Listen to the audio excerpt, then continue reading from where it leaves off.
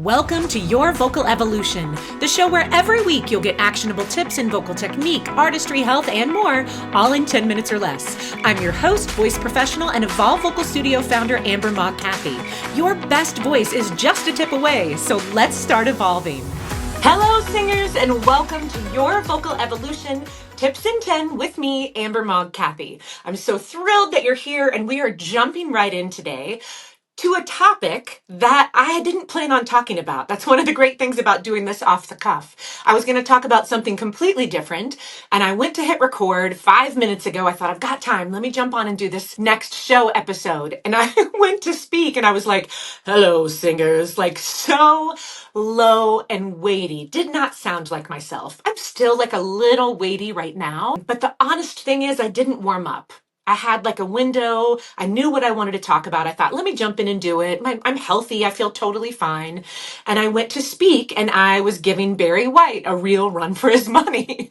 So I hit stop really quickly. I did 30 seconds of like lip trills, blowfish, SOVT, got that resonance locked in, stretched out those vocal folds, got a little blood flow to them. And I was like, okay, now I sound like me. Now I'm ready to do this. And so I thought, this is what I want to talk about today, because so many singers ask me, do I really need to warm up my voice? Is it a have to? What happens if I don't? If I do warm up, I don't have a ton of time. Do I need to have a ton of time? What exercises are most effective? How do I know when I'm warm? All of those great questions. So let's jump into it today. The first thing I want to say is, do you have to, quote unquote, warm up your voice as a singer? No. Should you? Absolutely. Will it make a huge difference? Not only in that performance, whatever it is, but in the overall longevity and health of your voice, 100%. But just to point out, you don't have to do anything. I've got a singer that I've been working with for many years now, and I connected with them a few days ago. They are in the midst of a pretty major international tour, selling out every night, the biggest tour they've ever done. And they're with a group of other artists, and they said to me, Amber, I don't see other people warming up their voice. Maybe one person a little bit, but a couple of these other major singers are doing nothing to warm up. How are they able to do that? So these are singers who are sounding really good when they're singing. They're great singers. But are they working at their absolute best capacity? Meaning, are they sounding the very best they can for the absolute least amount of effort? And I would almost guarantee you, no. Even if they're sounding the best they can, because they sound amazing, it's a little more effortful than it needs to be. So I just want to point out how taking 5 minutes can make such a difference in your voice, not just right then for that performance, like I said, but for the overall health of your voice. So then the next question is, well, what should I do to warm up? What do I need to do? And that's a little tricky one to answer because it's going to be a little bit different for everybody. But I do want to say some of those more typical, what we think of when we think of vocal warm-ups, like running scales up and down. That's a great thing. There's absolutely nothing wrong with that. There's huge benefit to that. That might be great for you. If you're a singer who's doing just tons of riffs and runs, you're a really agility heavy singer, then I would say putting vocal agility in that warm up in some way is going to be really beneficial for you.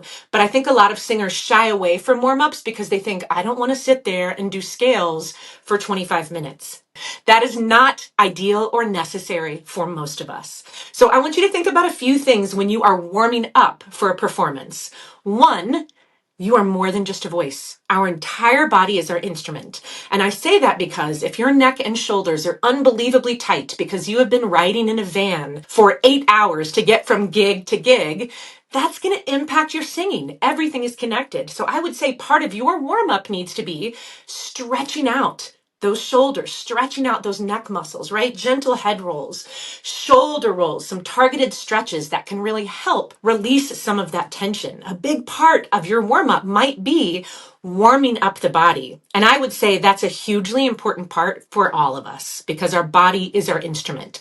So whether for you that means stretching out areas where you hold tension, connecting into your breath, just getting blood flow to the body, getting the body ready to go for more athletic activity, That's an important part. Does that mean you need to do a 45-minute workout before a show? No. And especially not if you were playing a 4-hour gig, which for any of you who don't play those, you hear that and you're like, Amber, that's crazy.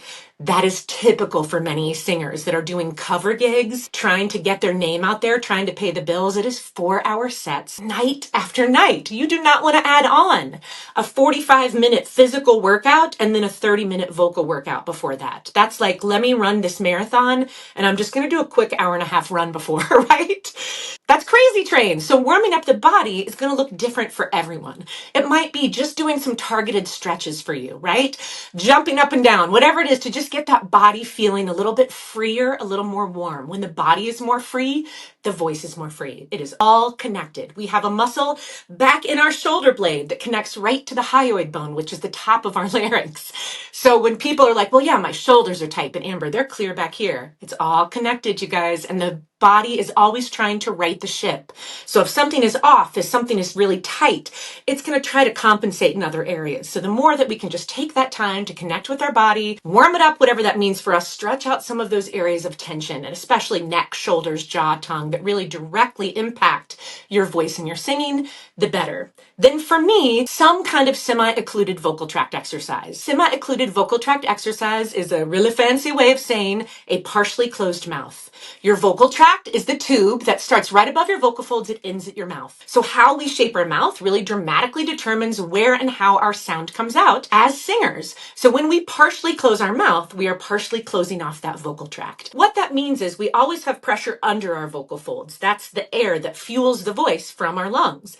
This adds some pressure on top of the vocal folds. And the analogy that I like is if you've ever gone to walk through a really heavy door and you're like prepped, like, okay, here we go. This is a big daddy. And you're really, ready to pull it. And then a breeze comes and it just closes with no effort at all. That's what SOVTs do, I feel like, for your voice. They just help everything that's maybe working a little harder than it needs to with that balance of pressure even out and optimize, which just means your vocal folds are connecting, vibrating, stretching as ideally as they can be for whatever scenario you're working with. So some kind of SOVT, that can be everything from a lip trill. I love me a blowfish. That is like a straw without a straw. Puffy cheeks. A hum with your tongue out. Whatever that is, sliding intervals, nice and easy. Some kind of SOVT and then some kind of resonance exercise to get me locked into the sound quality that I want. Yum,